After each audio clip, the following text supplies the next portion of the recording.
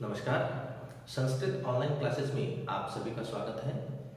पिछली क्लास में हमने तर्क संग्रह के जो तीसरा प्रकरण है गुण प्रकरण, उसके ऊपर हमने चर्चा की थी। आज हम अगला जो हमारा प्रकरण है अनुमान प्रकरण, उसके ऊपर हम चर्चा करेंगे। तो आइए शुरू करते हैं कि तर्क संग्रह में अन्नम भट्ट ने अनुमान से संबंधित क्या बताया है। तो देखिए, आज हमारा टॉपिक होगा वो होगा अनुमान प्रकरण।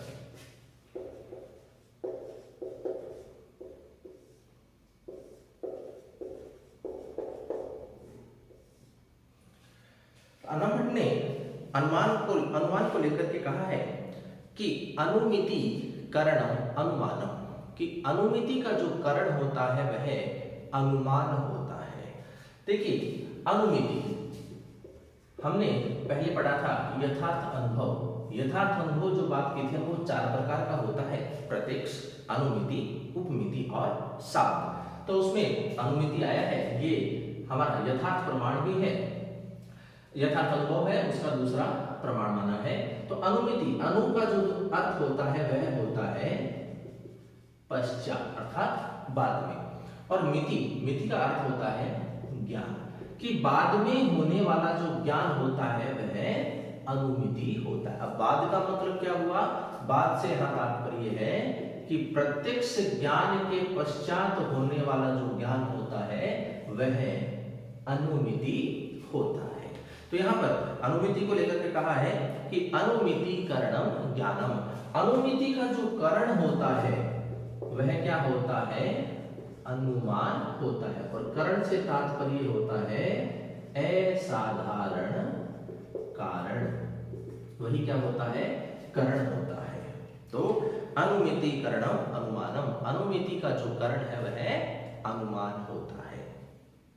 अब यहाँ अनुमिति के लिए परिभाषित किया है अन्नम भट्ट ने कि परामर्श जन्यम ज्ञानम अनुमिति ही, कि परामर्श से उत्पन्न होने वाला जो ज्ञान है वह अनुमिति है। परामर्श वही प्रत्यक्ष ज्ञान के पश्चात जो विचार होते हैं वह अनुमिति होता है।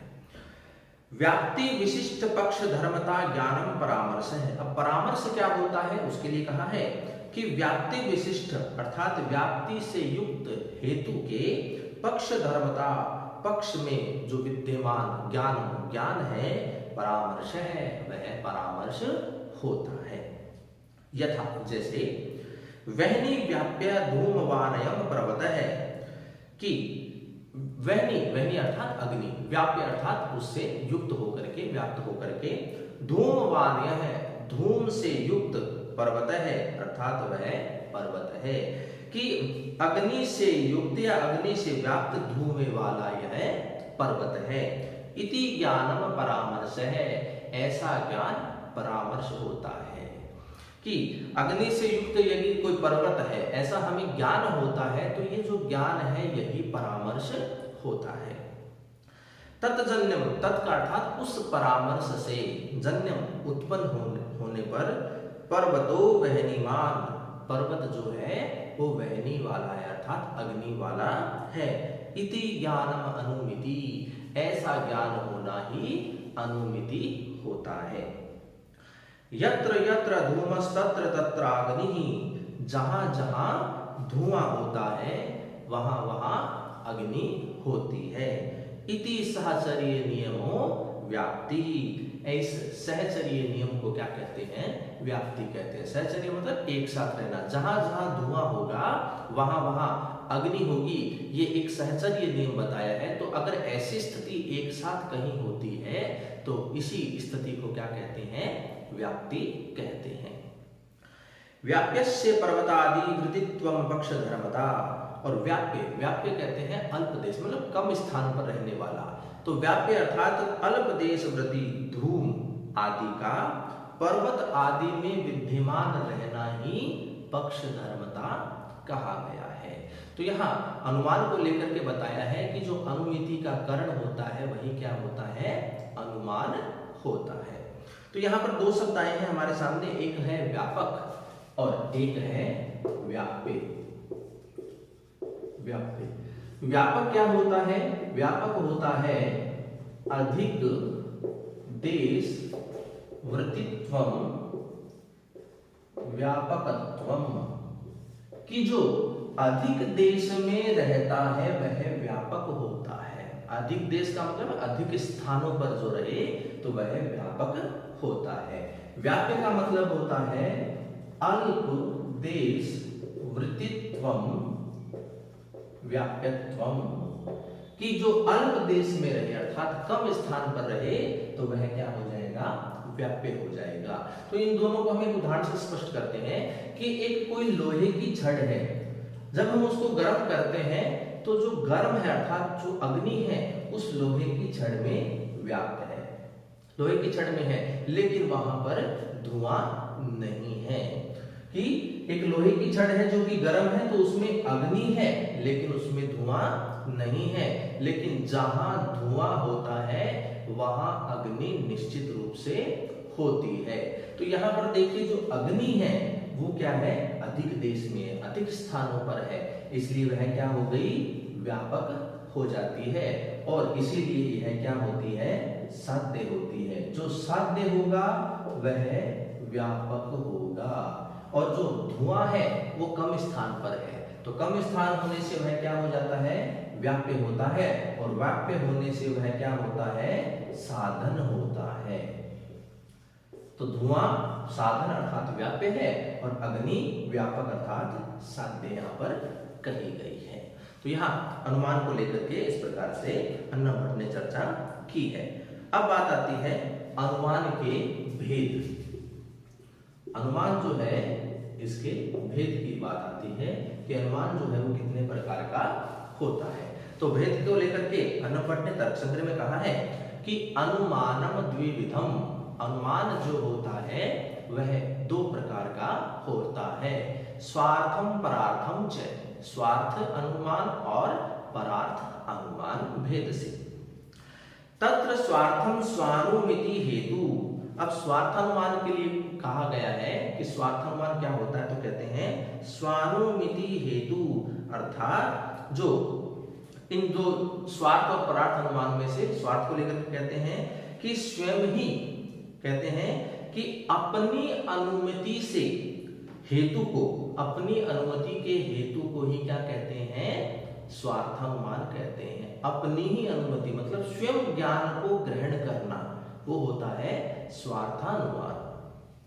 तथा ही जैसे कि स्वयमेव भूयो, स्वयं अर्थात स्वयं ही, भूयो अर्थात बार बार, दर्शनेन देख करके, किसको, अग्नि और धुएं को देख करके, यत्र धूमस्तत्र अग्नि, कि जहां पर धुआं है वहां पर अग्नि है, इति महानसता, महानस आदौ व्याप्ति गृहीत्वा, जैसे महानस, महानस कहते हैं पाकशाला जिसको हम कहते हैं रसोई घर, जैसे रसोई घर में व्याप्ति अर्थात व्याप्ति को गृहीत्वा ग्रहण करके या जान करके, पर्वत समीपम गतः है, पर्वत के समीप गया, तदगति वहां जाने पर, चाग्नौ संदिहान है, उस अग्नि में संदेह करता हुआ, पर्वते पर्वत में, धूम पश्चन, धूम अर्थात धुएं को देख करके, व्याप्ति स्मृति, उस व्याप्ति अर्थात उस ज्ञान का स्मरण करता है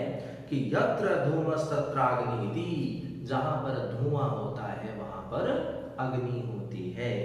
तदनंतरम इसके पश्चात, वहनी व्याप्य धूमवान्य है, कि अग्नि से व्याप्त धुएं वाला अयम पर्वत है, यह पर्वत है, इति ज्ञानम उत्पद्यते, इस प्रकार का ज्ञान उसे होता है। अयमेव लिंग परामर्श इति उच्यते, और इसी को ही लिंग परामर्श कहा गया है। तस्मात् अर्थात उस परामर्श से, पर्वतो वहनीमान, पर्वत अग्नि वाला है, इति ज्ञानम अनुमिति उत्पद्यते, तो ऐसा जो ज्ञान होता है इसी को ही अनुमिति कहते हैं। तत् एतम स्वार्थानुमानम, और इसे ही स्वार्थानुमान कहा गया है कि व्यक्ति स्वयं व्याप्ति को प्राप्त करके, व्याप्ति को ग्रहण करके अनुमान लगाता है तो वह स्वार्थानुमान होता है। यहाँ पर बताया है, उदाहरण से स्पष्ट किया है कि किसी व्यक्ति ने देखा कि जहां धुआं है वहां पर अग्नि है, इस व्याप्ति को उसने ग्रहण कर लिया। लिया, उसको ऐसा ज्ञान हो गया।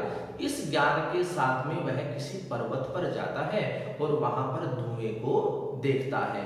जैसे ही वह धुएं को देखता है तो उसको वह व्यक्ति अर्थात वह ज्ञान उसका स्मरण होता है उसे कि जहां पर धुआं होता है वहां पर अग्नि होती है। तो उसे यह ज्ञान होता है कि जो धुएं वाला है वहां अग्नि भी होती है, तो इसलिए यह जो पर्वत है यह भी अग्नि वाला है। इस प्रकार का उसे अनुमान होता है, ज्ञान होता है। तो यही होती है अनुमिति, अर्थात इसे ही स्वार्थ अनुमान कहा गया है। अब बात आती है परार्थ अनुमान की। तो परार्थ अनुमान के लिए नंबर भट्ट ने कहा है कि यत तु अर्थात वह स्वयं ही धूमादिग्नि अनुमाय, धूम और अग्नि का अनुमान करके, वह व्यक्ति जो है स्वयं धूम और अग्नि का अनुमान करके पर प्रति प्रत्यर्थम, दूसरों को व्याप्ति कराने के लिए अर्थात दूसरों को ज्ञान कराने के लिए पंचाव्य वाक्यम प्रयुक्ते, पंचाव्य वाक्यों का प्रयोग करते हुए करता है। तो ततः वह परार्थानुमानम, तो वह परार्थानुमान है कि व्यक्ति स्वयं अनुमान करता है और वह यदि दूसरों को वह ज्ञान करवाता है पंचाव्य वाक्यों की सहायता से, तो वह क्या कहलाता है? परार्थानुमान कहलाता है। यथा जैसे पर्वतो वहनीमान, कि पर्वत अग्नि वाला है, धूमवत्वात्, धूम होने के कारण, यो यो धूमवान, जो जो धुएं वाला है, स वहनीमान, वह अग्नि वाला है। यथा महानसः, जैसे महानस अर्थात पाकशाला या हम कहें रसोई घर।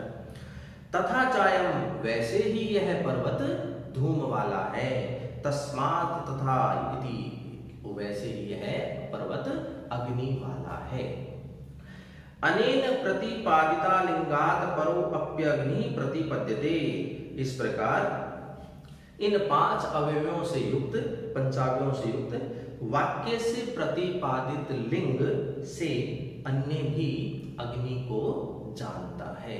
तो इस प्रकार पंचावयों के प्रयोग से दूसरा भी उस अग्नि के संबंध में जान लेता है। तो ये था हमारा अनुमान प्रकरण के अंतर्गत अनुमान को लेकर के नंबर ने क्या कहा है और अनुमान के भेद जो कि 2 होते हैं, स्वार्थ अनुमान और परार्थ अनुमान।